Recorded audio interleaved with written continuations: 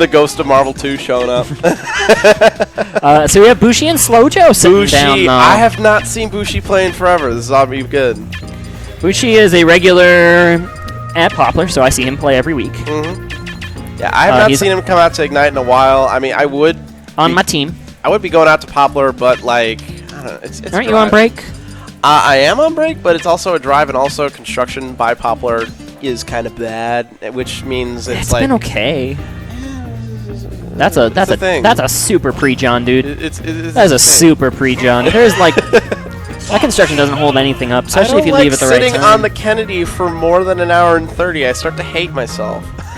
It doesn't take an hour and 30 from here to get to Poplar. It takes like an hour, maybe. And the past like John's. Okay. All right. Anyway, I can keep yelling at you off stream. We're getting into Slowjoe and Bushi. Going to be showing up here. Winners round 4. Man, this bracket's huge. Yes, this is a fairly huge bracket with a lot of stacked talent. This is before quarters. And this is one of those matchups that's very, very volatile because Bayonetta is one of those characters that can go off against Fox if she manages to get the Fox in the right position because, like right here... Which time's the thing? Okay, that's not going to seal it yet. Still had his jump, so that... I liked the chutzpah. I like the Bushi, attempt. It was a good attempt. Did you try to fair footstool him? No, he saved him. I think that might have been... I think that was trying to do the, what a lot of... I heard Snoofle call it the Bayonetta air wobble, where basically he's... that only works on, like, Fox, though. Yeah, it does only work on Fox, so that's why he kind of calls it the Bayonetta wobble, but either way. It's such a weird way for Bushi to read the DI. He fast fell up aired out of the witch twist, and that was able to seal out Slowjoe's stock. A couple of Bayonettas that I've been seeing. I know Captain Zach has been using that as an option, as in like where instead of following up with a, they can see that they're DIing out of the second up B, so instead they just try to fast fall an aerial instead of trying to catch a landing with something. It looks like, yeah, Bushi looks like he's been putting in some more of that work.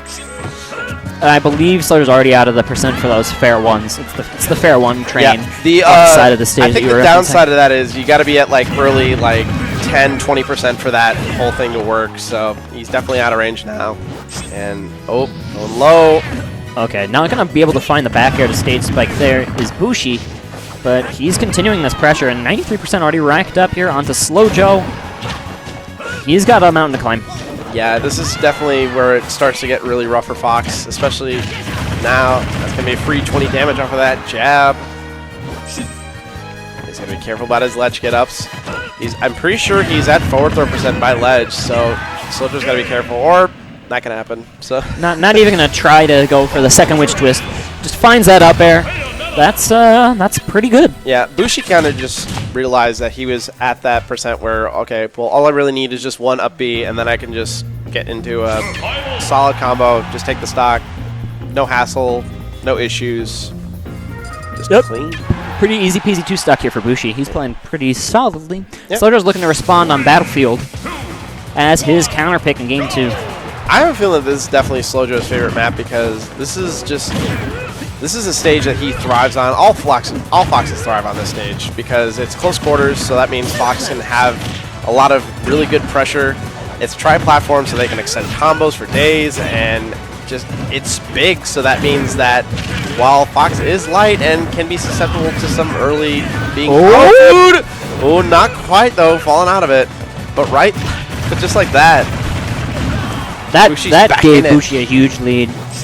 It was really just Slowjoe's game. He was juggling, and then Bushi just found a huge combo, sealing things up here, putting that Fox at 114%. Yeah, that's really the struggle, and that's what makes this matchup so, volatile. Is both of these characters are characters that if they get one little window, all they need is like 2 or 3 good guesses in a string, and it's either 100% or death. Slowjoe's playing pretty well at the moment here. Okay, he's going to jump away from that air dodge trap. Bushi looking to get a cheesy kill to take the first stock here, but he's going to need to work a little bit harder. Slowjoe playing pretty solidly with this ledge trap game here. Yeah, looking to maybe catch an unsafe get up from Bushi. Just playing very patiently, and I'm also liking his use of Shine to stall his recovery. That's one thing that Bushi's kind of been looking forward to, is that he's been... Oh, there's going to be Bushi waiting out the Shine. The reverse mix-up. Patience. Bullet. Anytime a Bayonetta gets kills with bullet arts, I think it's dope. It's really... Yeah, no, honestly, it's one of those kills where you just don't expect it to kill. Because you just see the 2 hits and the red flash. It's like, oh, well, he's like still on screen when that happens. There's no way he's dead. It's like my super non-committal aerial is just going to kill you off stage. All right, whatever. We take those. Ooh, missing the punish. Just barely out of range for that side B. If that was a little bit more spaced improperly, like if he was closer to that second hit of the side B would have meant the end of the stock for Bushi. And if I could say Slowjoe had like one particularly fatal flaw, it would be he kind of loses patience in these situations. That's something a lot of players can really struggle with, is like you really need to play super patient even when your back's to the wall.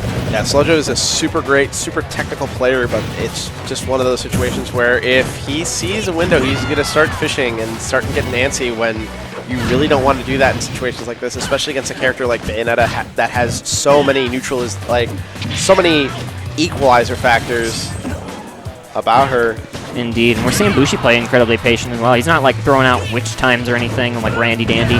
He's just waiting out Slowjoe's mistakes, and then he is getting just little bits of damage. Yeah, he's just recognizing that he doesn't have to rely on witch time a whole lot, because Slowjoe, it's not the fact that Slowjoe is just pressing too many buttons, is that he's making too many mistakes in neutral that Bushi just is capitalizing off of, and that back air. Oh, almost enough. Too. Shine protecting him from the bullet arts. But that's great stage spike, seals it. That is going to be the 2-0 here for E2C Bushi, moving right along into winners quarterfinals.